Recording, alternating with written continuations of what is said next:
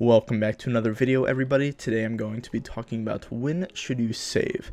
Now, saving is a very basic concept. It's just keeping whatever gun you have, whatever armor you have, whatever utility you have, letting the time run down and bringing it into the next round. Now, at lower levels, this is basically non-existent because people don't know the correct situations to save in, and at professional levels, this happens very commonly where you're gonna have like a 3v5 and the CTs will save. Now, when should you actually save? Saving, it really depends on your economy.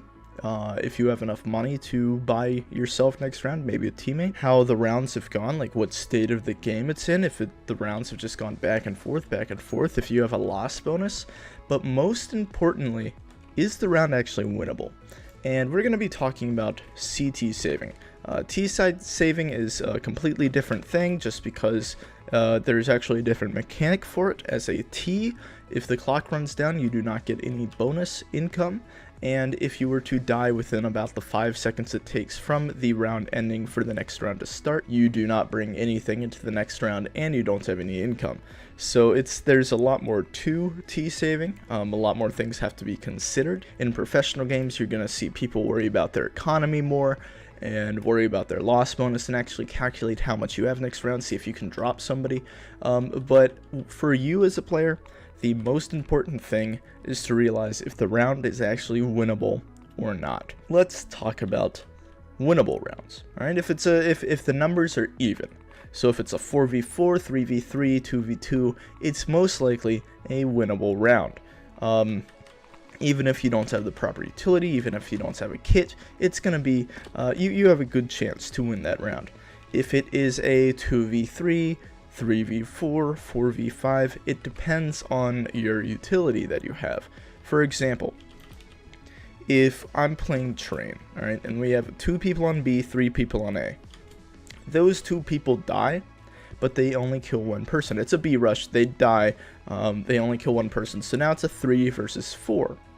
We don't have any map control on B because we're all still on A, so we rotate over, and if we do have utility, then we can molly bomb, we can smoke lower or smoke upper so we don't have to worry about somebody running out of it, and so we can isolate players. That would be a winnable 3 versus 4. If I didn't have any utility and I peek here for about 5 seconds and I don't see anybody giving me any sort of information or letting me get any sort of entry to make it a 3 versus 3, after about 5 to 10 seconds, you're probably going to call the save and just have everybody bring their weapons into the next round. This would only be on like a full buy. If you have pistols, there's no real need to save it, especially because you will most likely be able to buy in the next round. So this would be a full buy. And anything above that, maybe like a 5, so let's say the same scenario happens, they rush B, and this time your 2 teammates there don't kill anybody. So now it's a 3 versus 5. Okay. Now, there's a lot of things that have to be considered here. Your skill level is first and foremost, because if the T's have 5 people up and you're at a lower skill level, I can guarantee that at least 1, maybe even 2 of the T's will just push randomly, trying to hunt for frags. And all you have to do is wait for somebody to pop up here, wait for somebody to pop up there, and now all of a sudden it's a 3 versus 4. So that's one big part of saving, and knowing when to save is making sure you're giving yourself the opportunity to win it, even if it doesn't look like it's possible. So you always want to wait for a push because just 1 kill can really change the impact of a round and the way that the round will swing. So again, if it's a 3 versus 5 and they have 5 people on site, you can almost guarantee that somebody will push, even at higher levels. Not as often though, but it's still a possibility. At higher levels, people will just push for frags. You can pick somebody off, and all of a sudden it's a 3 versus 4, and that is so much more winnable than a 3 versus 5, especially if you have utility.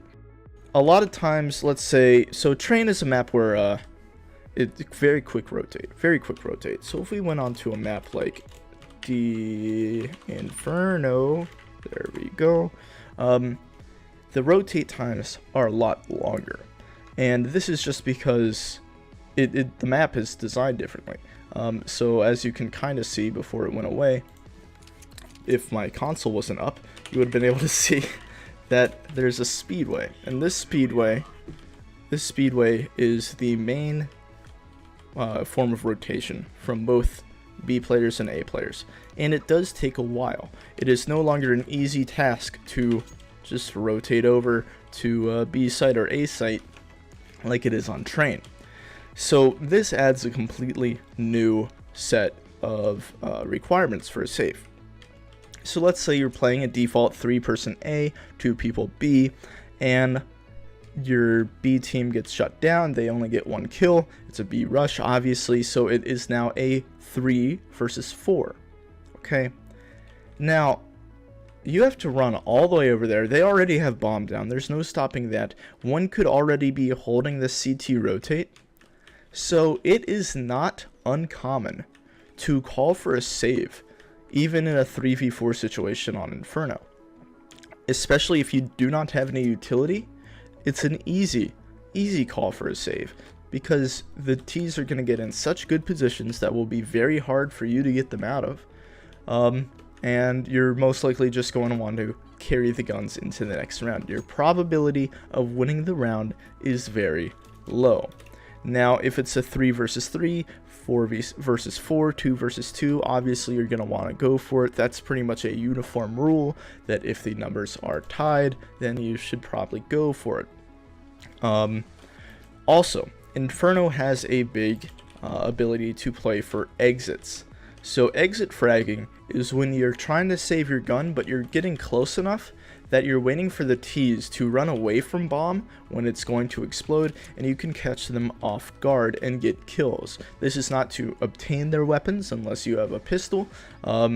This is just to kill them. You don't want to spray somebody down with an M4 over there for an exit, run over with your knife out trying to get the weapon and die, because you kind of just wasted your life there. It's much better to hold on to the gun that you have instead of prioritizing their weapon. Unless, of course, all of them are dead and you know that there's no threat. I see that a lot of times where somebody will get a kill, immediately run over trying to pick up their weapon, or even if it's a close kill, they'll immediately look down and try to press E, unaware of anybody else that could be around them. So that's the basics of saving. It mostly comes down to just understanding if the round is winnable and if the round is not winnable. You don't have to worry about your economy too much, just because the opportunities for you to save are not going to be that, well, they're not going to come up that often. So you don't have to like try to calculate like, hold on, if we go for it, then we should know. You're already taking up too much time. Just know if the round is winnable or not, or at least guess if the round is winnable or not, and go for it or do not. So I hope this has helped you. Thank you all for watching, and have a good day.